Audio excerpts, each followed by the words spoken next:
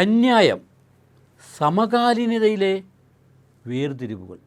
Sir ഇത് ബീറിൻ്റെ ലൈസൻസാണ്.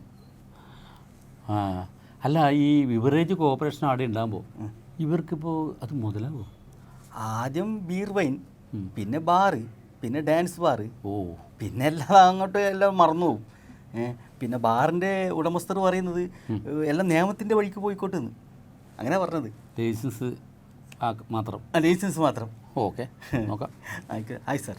ഇതെങ്ങനെ അവിടെ ശരിയാകും? റോഡിനോട് മുട്ടിയാണ് ബിൽഡിങ് നിൽക്കുന്നത്. വക്കീലേ, ഇത് വല്ല കുന്നിൻ്റെ മുകളിൽ കൊണ്ടുവച്ചാൽ പോരെ? അല്ലെങ്കിൽ തന്നെ ഇതൊരു ഹറാമാണ്. വല്ലപ്പോഴുമൊക്കെ ഈ കുറേശ്ശെ കാണാതെ കഴിക്കുന്നത് നമ്മെ അങ്ങോട്ട് കണക്കാക്കുന്നില്ല. ശരിയാണ്. പണമുണ്ടെങ്കിൽ ഇവിടെ എന്ത് നടക്കും. ഇതിന് ലൈസൻസ് കിട്ടണമെങ്കിൽ ഒരു 50 മീറ്ററെങ്കിലും വളഞ്ഞുള്ള വഴികൾ ഉണ്ടാക്കി കെട്ടിയാൽ മതി പുറകോട്ട്. ഇവിടെ നിയമം നടപ്പിലാക്കാൻ എന്തെല്ലാം വഴികളുണ്ട് വേറെ. ഇനി ബീവറേജ് പൂട്ടി ബാറ് തുടങ്ങിയാലും ബാറ് പൂട്ടി ഒരിക്കലും ബീവറേജ് തുടങ്ങരുത്. ഇത് എനിക്ക് വേണ്ടി പറയുന്നതല്ല, നമുക്ക് എല്ലാവർക്കും വേണ്ടി പറയുന്നതാണ്. ഇനി ഒരു 10 കാശ് വേണമെങ്കിൽ ഇവരെ തന്നെ ആശ്രയിക്കണം. അതിനൊരു റെസീറ്റും വേണ്ട, ഒരു കുന്ത്രാണ്ടും വേണ്ട. അല്ല, അത് ശരിയാണ്. ഈ പകലന്തിയോളം പണിയെടുത്ത് ഒരു ക്വാർട്ടർ വാങ്ങി അടിക്കുന്നവനോട് എവിടുന്ന് കാശ് ചോദിക്കാൻ? അഥവാ ചോദിച്ചു എന്ന് തന്നെ ഇരിക്കട്ടെ, അവൻ എവിടുന്ന് കാശ് കിട്ടാൻ? ഈ ബീവറേജിനെതിരെ ഒരു സമരം സംഘടിപ്പിക്കുന്നതാണ് ബുദ്ധി. ഇവരവിടെ പോയി ബെഗടിക്കട്ടെ, ഇവരോ നന്നാവില്ല, ആ ബാറുടമെങ്കിലും നന്നാവട്ടെ. ഒരു ഗുണത്തിനുമില്ലാത്തവർ. അങ്ങനെ പറയരുത്. ഈ മദ്യത്തിൻ്റെയും ലോട്ടറിയുടെയും പണം നമ്മളിൽ എല്ലാവരിലും എത്തുന്നുണ്ട്.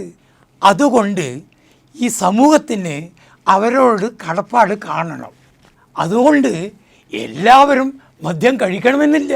കഴിക്കുന്നവന് ഒരു സൗകര്യം വേണം. ഈ മദ്യം എല്ലായിടത്തും വിൽപ്പന നടത്തിയാൽ എന്താ തെറ്റ്? ആവശ്യമുള്ളവരല്ലേ വാങ്ങൂ. പിന്നല്ലാതെ. ഈ മദ്യം തിരിച്ചറിയാനുള്ള സാമാന്യ വിദ്യാഭ്യാസം ഇവിടെ ഉണ്ട്. മറ്റ് സംസ്ഥാനങ്ങളിൽ ഒന്ന് പോയി നോക്ക്, ഉണ്ടോ ഒരു ചൊറ?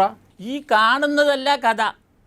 അങ്ങനെയാണെങ്കിൽ ബിവറേജ് കോർപ്പറേഷനിൽ മാത്രമല്ല, ഈ പലചരക്ക് കടയിൽ മദ്യം വിൽക്കുന്ന എന്താ കുഴപ്പം? എന്നാ കുഴപ്പമുണ്ട്. ഈ ഇടനിലക്കാർക്ക് ചിക്കിലി കിട്ടൂല.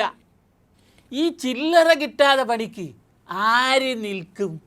അതല്ലേ ഈ ബാറിനോടൊരു പൂതി. അതെ, ഈ പാവപ്പെട്ടവൻ എവിടെ നിന്നെങ്കിലും ഒരു ക്വാർട്ടർ വാങ്ങി അകത്താക്കിയാൽ അത് നക്കൽ. ഈ സമ്പന്നൻ 2 പെഗ് അകത്താക്കിയാൽ അത് അദ്ദേഹം കഴിക്കൽ.